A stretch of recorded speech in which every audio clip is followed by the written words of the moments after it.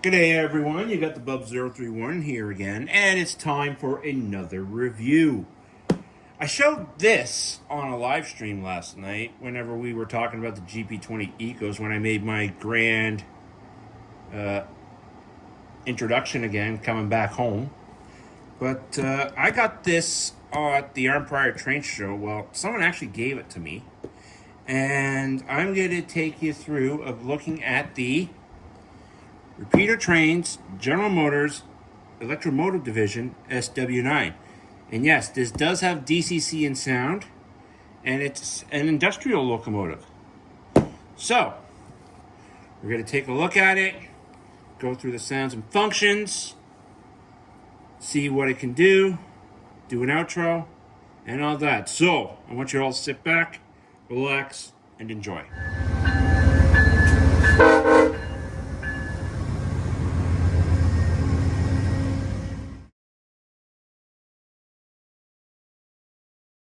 Now that the intro is out of the way, let's conduct this. All right, so as you can see, just a plain simple art of the actual locomotive here on the side. It's actually practically to scale of an HO scale locomotive. It does have DCC in sound. It's got a V5 lock sound decoder, and it's got a Keep Alive Mo Power, as it says on the box. Very secure, as you can see. Gonna pull the sleeve off, right that.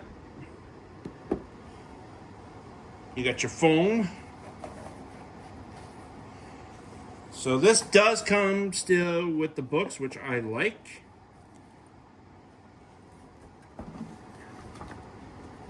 Comes with a few stickers.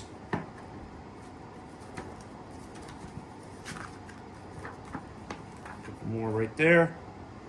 So there's that. We'll quickly go through this after. Has some bits, some re-railers, as you can see. Right there.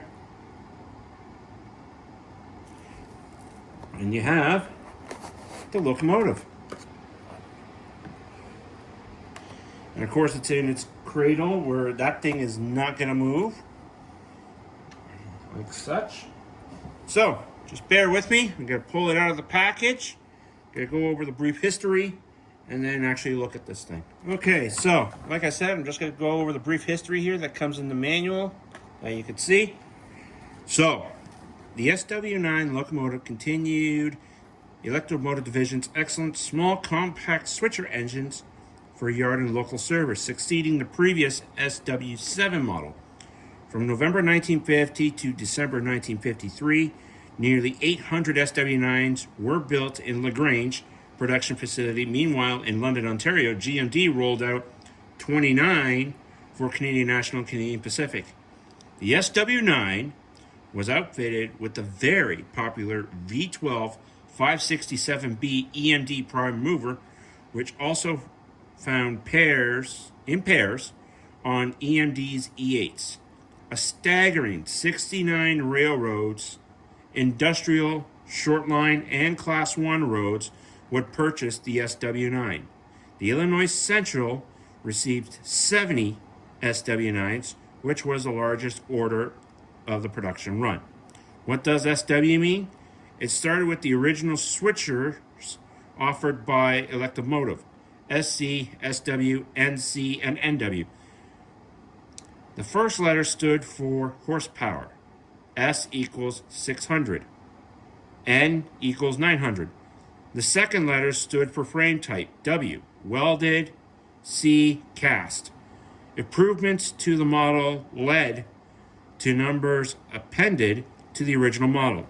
Named so, SW, became SW1. You'd think the next improvement would be called SW2, but you're wrong. They skipped right to SW7. Which was a mess. This is basically what they've said. So really, SW doesn't really stand for switcher.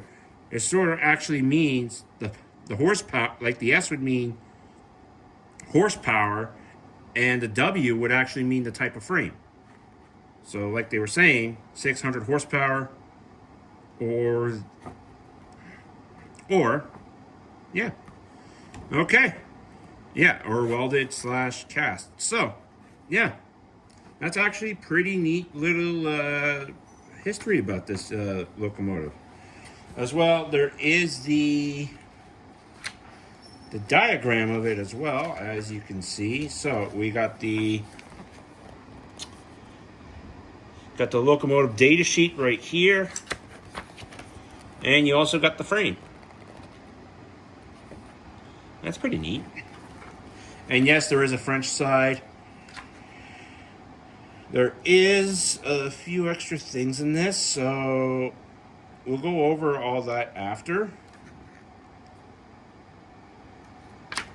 Just keep it. I'm just looking in the book right now, everyone. So as you can see, I'm just trying to see. There's almost about 30 functions with this too.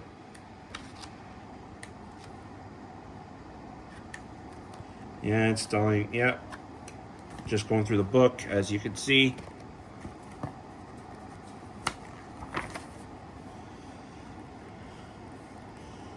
So what it looks like is so that's the way how to remove I believe, removing the shell. It looks like a very comprehensive hassle though. But we're not going to do that. We're just going to now look at this because it looks like a very beautiful locomotive. And we'll carry on from there. Hey everyone, just to let you know, you got the Bub 031 here again. I know we're supposed to be going over the details of the locomotive, but apparently while I was trying to do the editing, it sort of accidentally got deleted. So we're going to continue on to the sounds and a few run-bys of it working. My apologies. I just hope you enjoy the rest of this video, so have a good one. Okay, so we're back at Go Via or Go Home's layout again. I think I got to commission this guy. Hey, what do you think, bud? That's about time. Hey, So we're going to go through the sounds and the functions on this SW9. We're going to pull a few cars, do a little bit of switching, and then we'll finish up. All right, so of course, F8 is turning on the prime mover.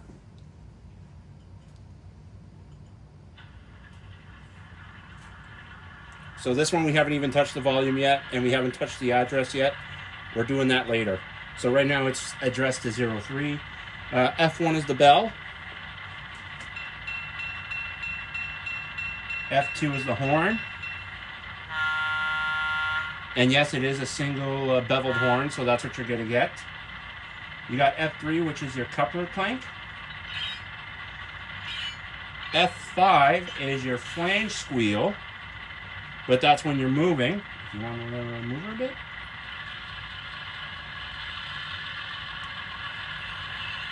As you can hear that. So F7 is the beacon up top.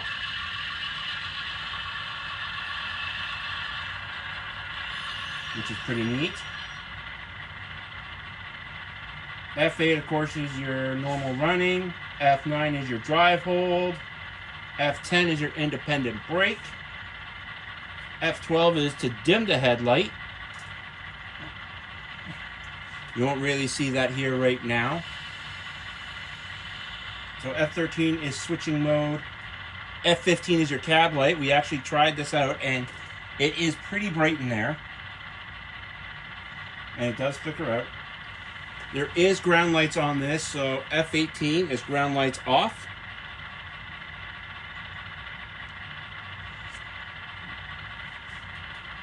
You got number boards, but we don't have to worry about the number boards because they're attached to the headlights on this one. That would be F19 with CP only. F20 is your air compressor. F21 is your Sarco valve, your spitter. F22 is your back cab door.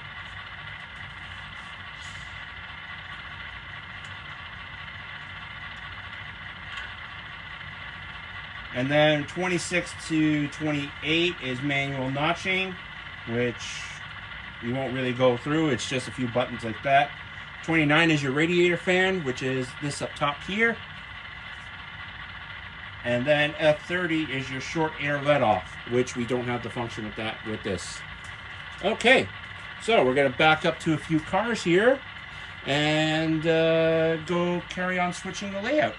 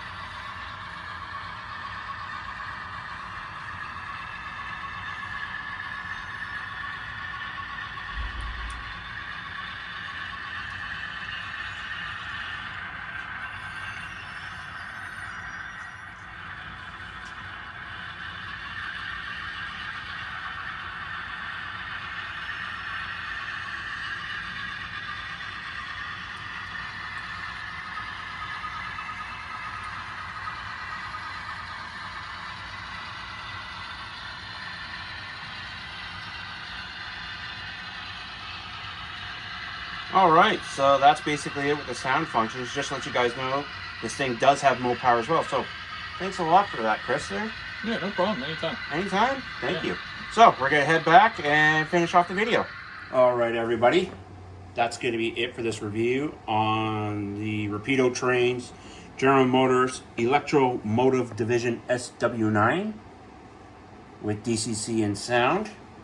Very great locomotive overall. Did a fantastic job at the layout. I am very surprised at what it can do. This is actually going to be changed up because I am going to turn this into a switcher for my module at the Bojo, because I do got the numbers here and I got a whole bunch of decals. I'm going to make it look like a locomotive that works with Cargill Industries, like so. But I do have the new logo as well, so that will probably be put on. Just to let you guys know, you can get these locomotives still at Rapido Trains in any form, from THMB, industrial, and any other road that they have, Canadian National, Canadian Pacific. They're going for $379.95 Canadian with DCC and sound, or they're going for $349.99 American, just to let you know. In DC, if you guys want, you can get it at $269.95 Canadian, just to let you know. So that's going to be it for now on this video, everyone. Thank you all for watching. There's going to be more coming down the line of reviews. Hope you all enjoyed. And as always, make sure the signal's green and keep moving down the line.